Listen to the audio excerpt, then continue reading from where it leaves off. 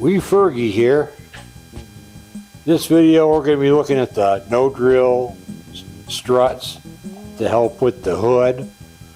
There's a lot of other videos out there that will help you install them.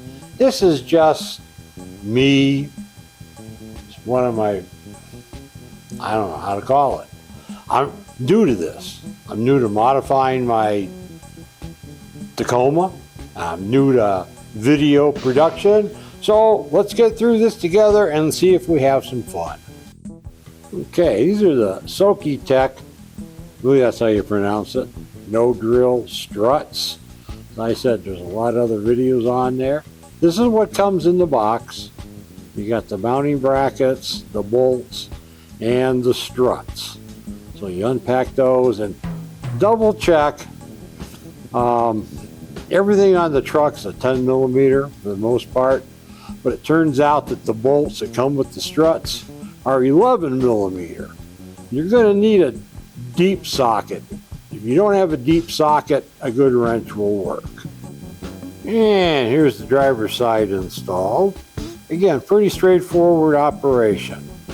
What was interesting though is I noticed that there was paint was stripped missing on the one hood bolt. So it makes me wonder if that hood bolt had ever been taken off before.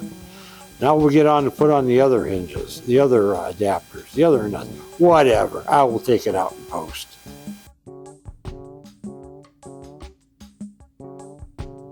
Okay, well there's the driver's side bottom nut installed. It replaces the ground nut. Okay, they're on. See if they work. Cycled them a couple of times already. The one website, the other gentleman that did the excellent install video, he had to cycle his a couple of times. I don't remember if you're supposed to do the driver's strut or the passenger strut first. I think you do the driver's side because that's just the way the hinges worked out, or the bolt attachments. So you just got it screwed in, so while you're there, just do it, and then come over here and do the passenger side. A couple of little things. Passenger side first, it was a lot of finesse and a lot of grunting and lining up to get the drivers, because that is a lot higher. I don't know if you can see it, but that is a lot higher than the factory prop rod, so it's up there. So I don't know if that had anything to do with it or not. There's a little plastic trim piece over here. The one guy suggested you take it off. It is easier to get to the hole, the threaded hole. What you got to be careful of though is that trim piece wants to get in the way of the strut, and the air box kind of gets in the way, getting your fat fingers in there. But right now it seems to be in. So let me go ahead and show you how it shuts.